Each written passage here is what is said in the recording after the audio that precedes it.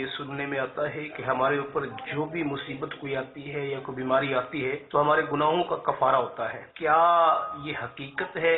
اگر ہمارے گھر میں یا ہمارے اوپر کوئی بھی ایسی مصیبت یا پریشانی آ جائے تو وہ وقت ہمیں کیسے گزارنا چاہیے؟ اس کے بارے میں کچھ مدنی پھول ارشاد فرما دیجئے. جزاک اللہ خیرہ. اس میں کوئی شک نہیں ہے کہ بیماری گناہوں کو مٹاتی ہے، اور جن کے گناہ نہیں ان کے درجے بڑھاتی ہے. انبیاء کرام علیہ الصلوۃ والسلام کی خدمت میں بھی بیماریوں نے حاضریاں دی ہیں، تو یہ ان کے تو گناہ نہیں ہوتے تھے، ان کے درجے بلند ہوتے ہیں. تو بیماری حقیقت میں تو نعمت ہے، اگر اس پر صبر کیا جائے تو اور اجر ملے گا. تو بیماری آتی ہے تو ثواب تو ملتا ہے. بیمار عابد کے صفحہ نمبر 6 پر ہے نے فرمان مصطفیٰ صلی اللہ تعالی علیہ وآلہ وسلم، بے شک اللہ عز و جل اپنے بندے کو بیماری میں مبتلا فرماتا رہتا ہے یہاں تک کہ اس کا ہر گناہ مٹا دیتا ہے.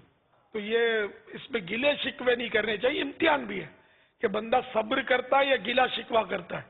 تو گلا شکوہ کرے گا تو ظاہر ہے کہ اس کی صورتیں، ویسے بلا ضرورت کسی کے سامنے بیماری کا تذکرہ کرنا ہے یہ بھی شکایت، لیکن یہ شکایت مکروہ تنزیہ کی درجے کی ہے، یعنی کہ ناپسندیدہ ہے، اور اس سے ظاہر ہے کہ وہ صبر کا اجر تو چلا گیا. ایک شکوہ شکایت یہ ہوتا ہے کہ وہ کفر میں ڈال دیتا ہے، اور وہ شکوہ نعوذ باللہ یہ کہ مثلا یا اللہ تجھے میں ہی ملا تھا بیمار کرنے کے لیے، یہ اعتراض ہے، یہ کفر ہے. تو بیماریوں میں لوگ کفریات بھی بک رہے ہوتے ہیں.